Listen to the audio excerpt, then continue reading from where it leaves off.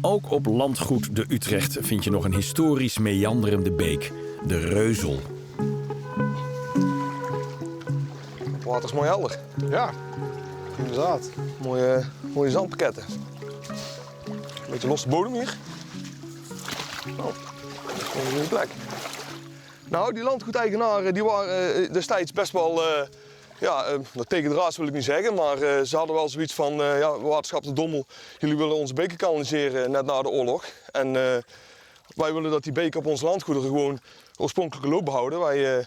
Die landgoedeigenaren die hebben allemaal toch wel al best wel vroeg aandacht voor landschap en ecologie. En daardoor hebben we die beken niet kunnen kanaliseren. En het voordeel daarvan is dat er inderdaad veel bijzondere soorten en ook een heel bijzonder landschap in stand gebleven is. Van oudsher was deze kronkelende bosbeek ideaal voor de beekprik. Met zijn langzame stroming en hoekjes om te paaien. Door vervuiling en kanalisering buiten de landgoederen verdween hij. Maar het water werd weer schoner en de beekprik is hier opnieuw uitgezet. Ja, beekprik. Ja. Oh, ja. Kijk, mooi. Het is wel een goed teken. Dat er al meteen een beekprik in mijn net zit, daar ben ik wel heel erg blij mee. Soms is het echt zoeken naar die beesten en kan je ze niet gevonden krijgen. Soms gaat het redelijk makkelijk. En gewoon echt een heel mooi zandbankje met wat... Oh, nog één. Een kleintje. Moet ik opschieten, want die kan er maar net heen zakken. Een leuke bijvangst. Je denkt eigenlijk dat er zo net weinig zit. Maar op het moment dat je even gaat kijken, dan zie je allerlei takjes lopen. En dat is wel bijzonder om te zien. Dat zijn de kookriuffers. En die kookriuffers die maken die huisjes van het organisch materiaal wat in de beek valt. Dus er staan hier heel veel bomen langs de beek.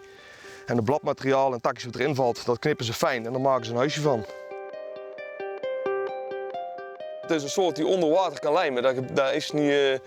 Dat is ook al heel bijzonder dat dat kan. Ja. Maar ze hebben een soort van lijmachtige stof die ze uitscheiden. En daarmee plakken ze al die blaadjes aan elkaar en dan hebben ze een huisje.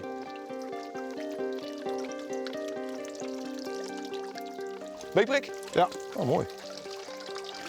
Ik heb er nog één, dat is een grotere. Hey. Zo gaat die goed. Ze hebben echt ook verschillende leeftijdsklasses. Ja. Na een jaar of 7 wordt de beekprik volwassen. Ze krijgen oogjes en dat is om een partner te zoeken en een nestje te bouwen. Ja, dan gaan ze zich voortplanten.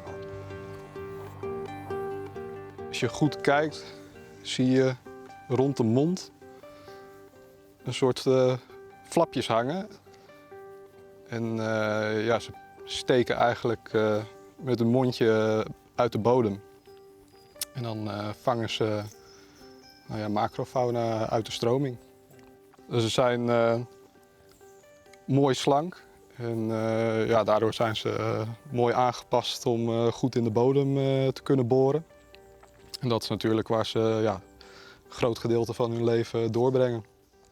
Ze hebben eigenlijk geen kieldeksel zoals veel vissen dat hebben.